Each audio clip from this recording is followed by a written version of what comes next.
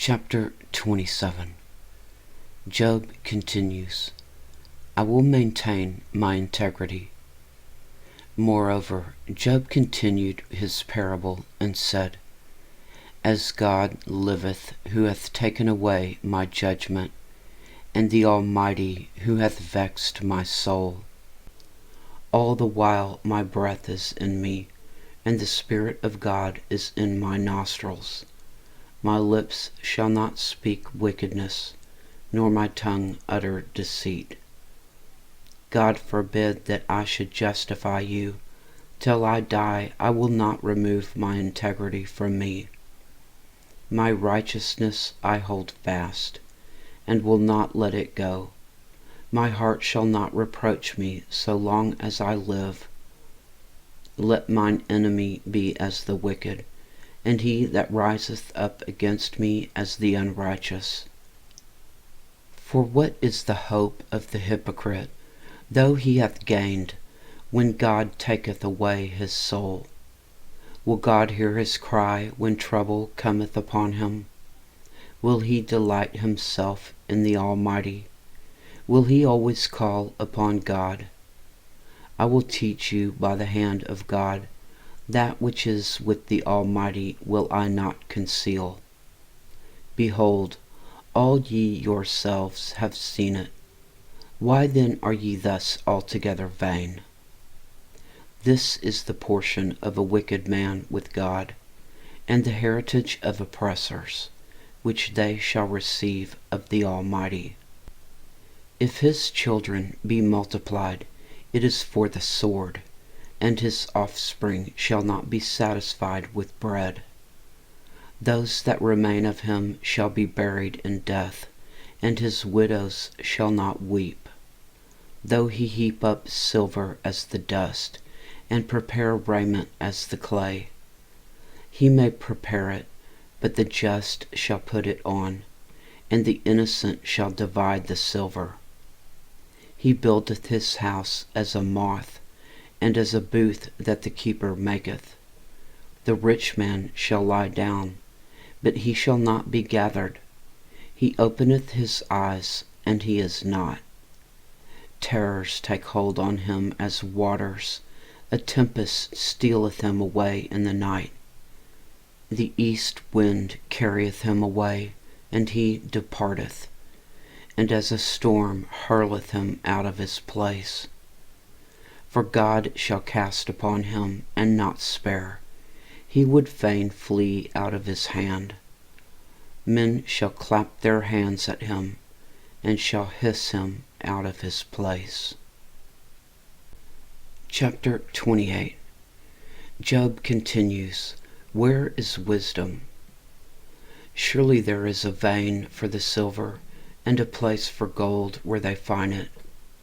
Iron is taken out of the earth, and brass is molten out of the stone. He setteth an end to darkness, and searcheth out all perfection, the stones of darkness, and the shadow of death. The flood breaketh out from the inhabitant, even the waters forgotten of the foot. They are dried up, they are gone away from men.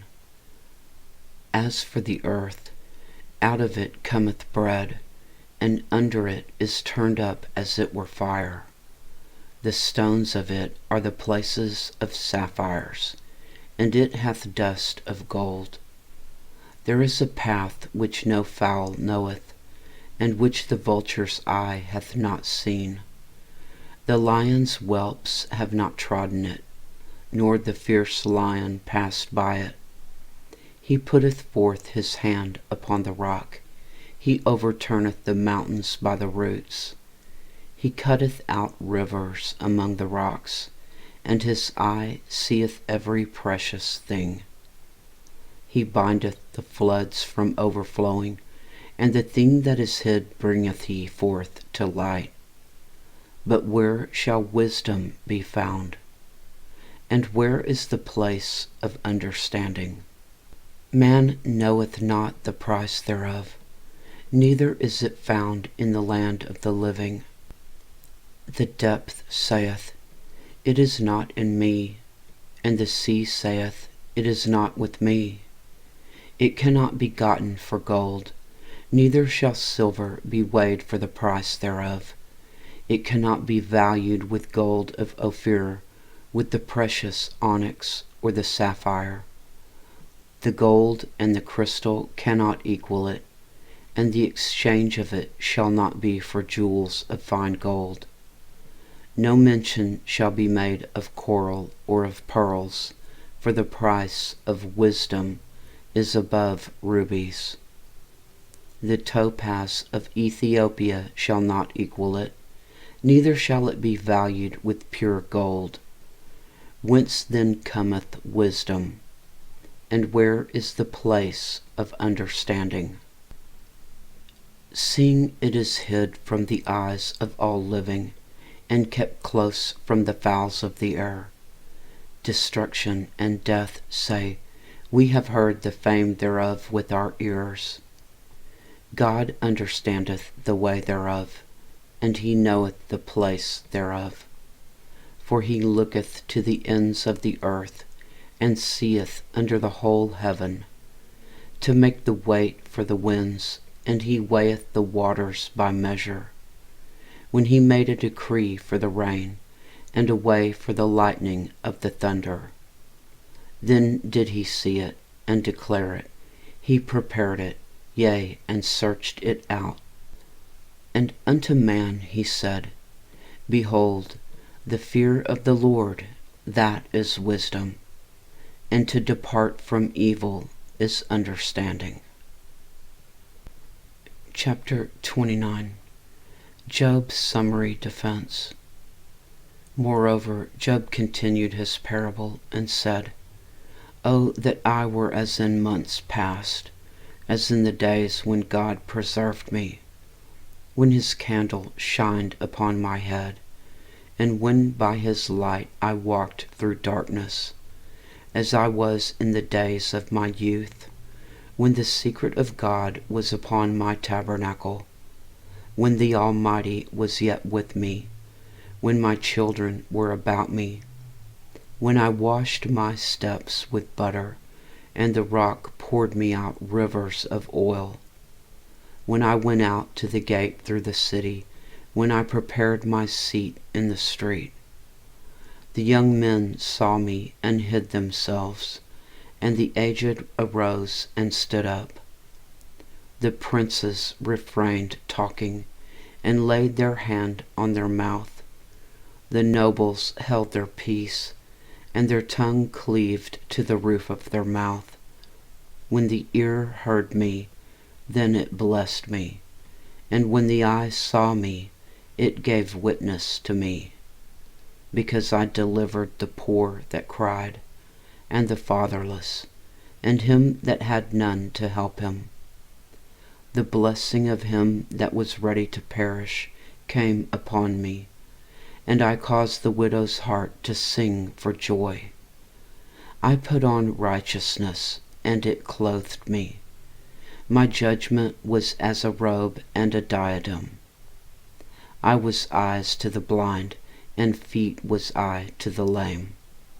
I was a father to the poor, and the cause which I knew not I searched out. And I brake the jaws of the wicked, and plucked the spoil out of his teeth. Then I said, I shall die in my nest, and I shall multiply my days as the sand. My root was spread out by the waters, and the dew lay all night upon my branch. My glory was fresh in me, and my bow was renewed in my hand. Unto me men gave ear and waited, and kept silence at my counsel. After my words they spake not again, and my speech dropped upon them. And they waited for me as for the rain, and they opened their mouth wide as for the latter rain. If I laughed on them, they believed it not, and the light of my countenance they cast not down. I chose out their way, and sat chief, and dwelt as a king in the army, as one that comforteth the mourners. Chapter 30. But now they that are younger than I have me in derision, whose fathers I would have disdained to have set with the dogs of my flock. Yea, whereto might the strength of their hands profit me, in whom old age was perished? For want and famine they were solitary, fleeing into the wilderness in former time desolate and waste, who cut up mallows by the bushes, and juniper roots for their meat. They were driven forth from among men. They cried after them as after a thief, to dwell in the cliffs of the valleys, in caves of the earth, and in the rocks. Among the bushes they brayed, under the nettles they were gathered together. They were children of fools, yea, children of base men. They were viler than the earth. And now am I their song, yea, I am their byword. They abhor me, they flee far from me, and spare not to spit in my face.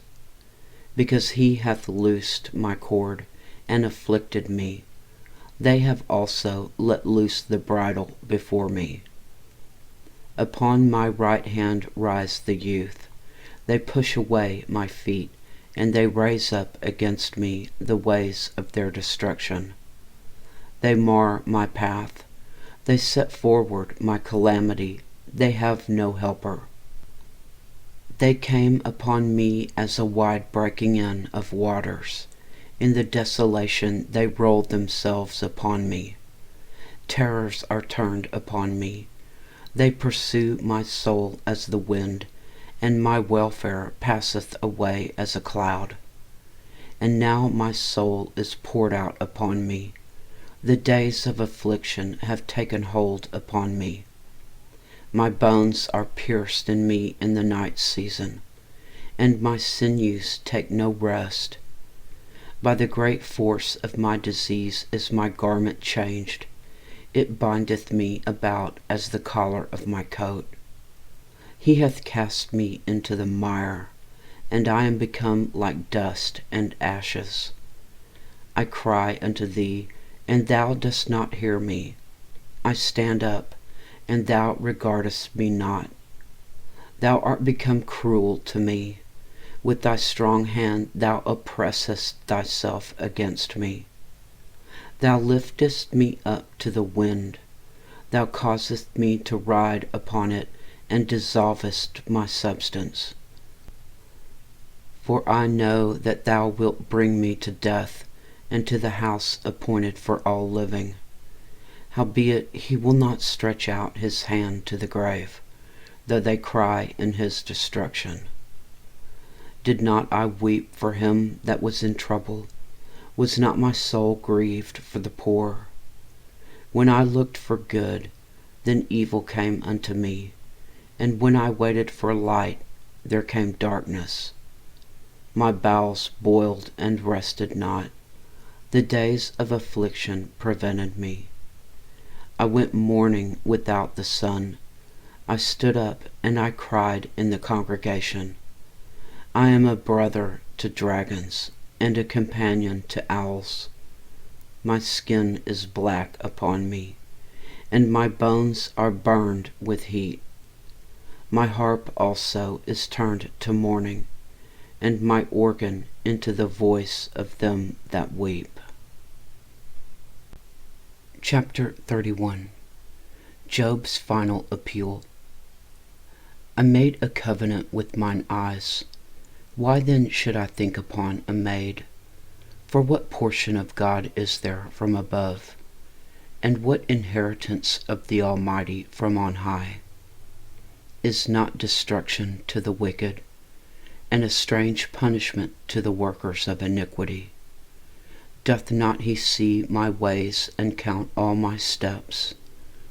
If I have walked with vanity, or if my foot hath hasted to deceit, let me be weighed in an even balance, that God may know mine integrity. If my step hath turned out of the way, and mine heart walked after mine eyes. And if any blot hath cleaved to mine hands, then let me sow, and let another eat. Yea, let my offspring be rooted out. If mine heart have been deceived by a woman, or if I have laid wait at my neighbor's door, then let my wife grind unto another, and let others bow down upon her. For this is a heinous crime. Yea, it is an iniquity to be punished by the judges. For it is a fire that consumeth to destruction, and would root out all mine increase. If I did despise the cause of my manservant or of my maidservant, when they contended with me, what then shall I do when God riseth up? And when he visiteth, what shall I answer him? Did not he that made me in the womb make him? And did not one fashion us in the womb? If I have withheld the poor from their desire, or have caused the eyes of the widow to fail, or have eaten my morsel myself alone, and the fatherless hath not eaten thereof. For from my youth he was brought up with me, as with a father, and I have guided her from my mother's womb. If I have seen any perish for want of clothing, or any poor without covering, if his loins have not blessed me, and if he were not warmed with the fleece of my sheep, if I have lifted up my hand against the fatherless, when I saw my help in the gate, then let mine arm fall from my shoulder blade, and mine arm be broken from the bone. For destruction from God was a terror to me, and by reason of his highness I could not endure.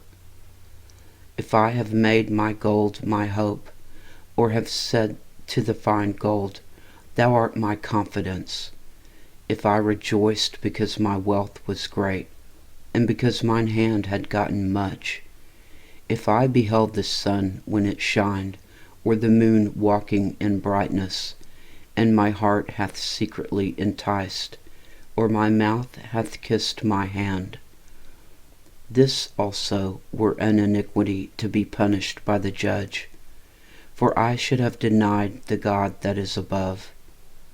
If I rejoiced at the destruction of him that hated me, or lifted up myself when evil found him, neither have I suffered my mouth to sin by wishing a curse to his soul. If the men of my tabernacle said not, Oh, that we had of his flesh, we cannot be satisfied. The stranger did not lodge in the street, but I opened my doors to the traveler. If I covered my transgression as Adam, by hiding mine iniquity in my bosom, did I fear a great multitude, or did the contempt of families terrify me, that I kept silence and went not out of the door? Oh, that one would hear me! Behold, my desire is that the Almighty would answer me, and that mine adversary had written a book. Surely I would take it upon my shoulder, and bind it as a crown to me. I would declare unto him the number of my steps, as a prince would I go near unto him. If my land cry against me, or that the furrows likewise thereof complain, if I have eaten the fruits thereof without money, or have caused the owners thereof to lose their life, let thistles grow instead of wheat, and cockle instead of barley. The words of Job are ended. Chapter 32. Elihu rebukes Job's 3 friends. So these 3 men ceased to answer Job, because he was righteous in his own eyes. Then was kindled the wrath of Elihu the son of Barachel the Buzite, of the kindred of Ram. Against Job was his wrath kindled, because he justified himself rather than God. Also against his 3 friends was his wrath kindled, because they had found no answer, and yet had condemned Job. Now Elihu had waited till Job had spoken, because they were elder than he. When Elihu saw that there was no answer in the mouth of these 3 men, then his wrath was kindled. And Elihu son of Barachel the Buzite answered and said, I am young, and ye are very old, wherefore I was afraid, and durst not show you mine opinion. And said, Days should speak, and multitude of years should teach wisdom.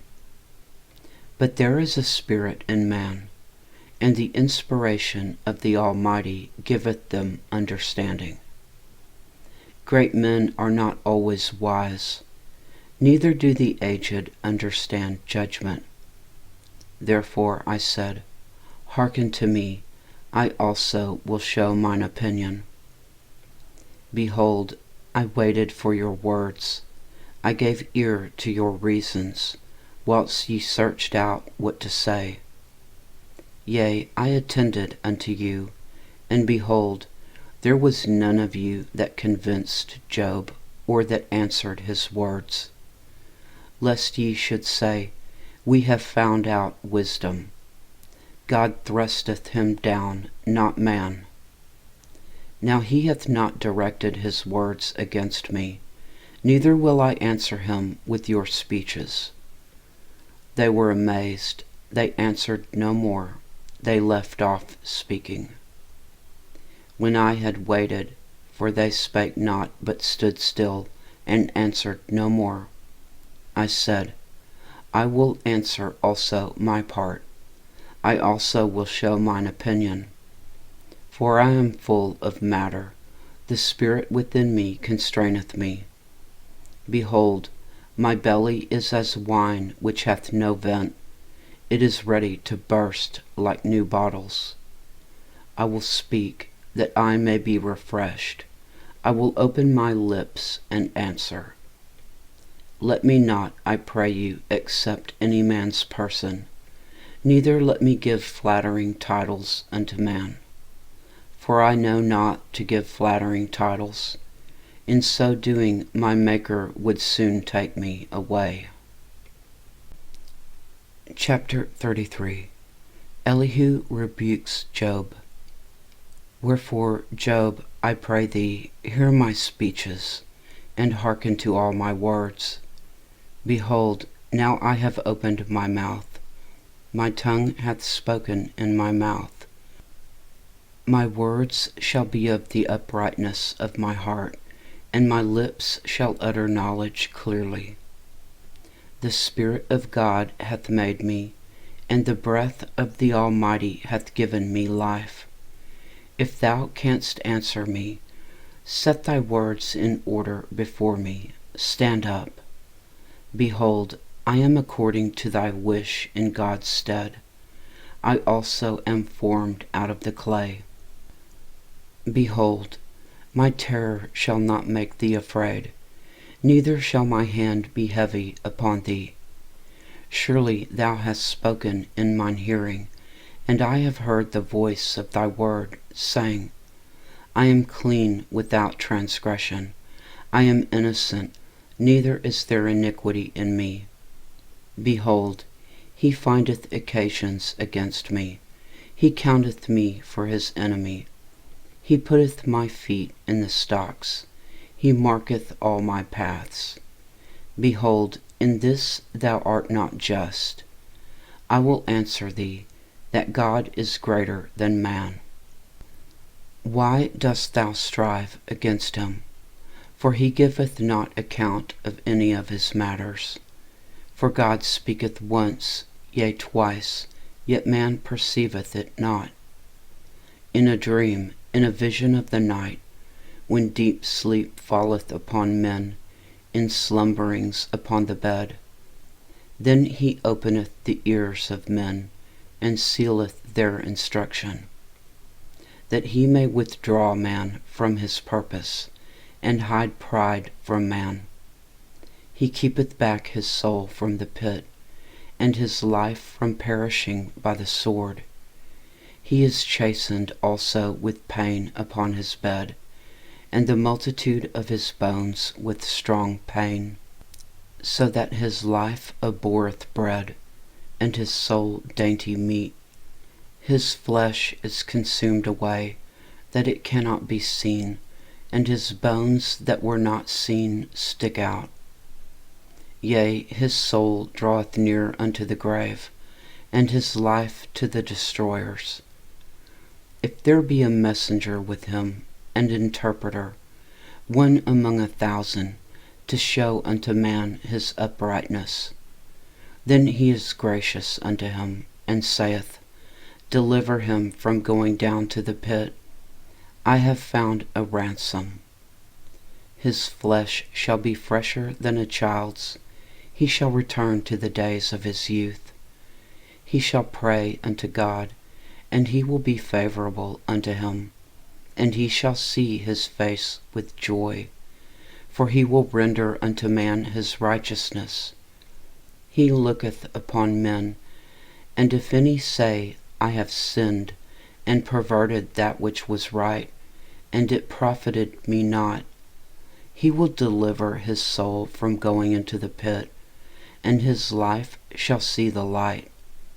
Lo, all these things worketh God oftentimes with man, to bring back his soul from the pit, to be enlightened with the light of the living. Mark well, O Job, hearken unto me, hold thy peace, and I will speak.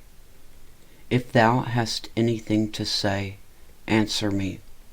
Speak, for I desire to justify thee. If not, hearken unto me, hold thy peace, and I shall teach thee wisdom.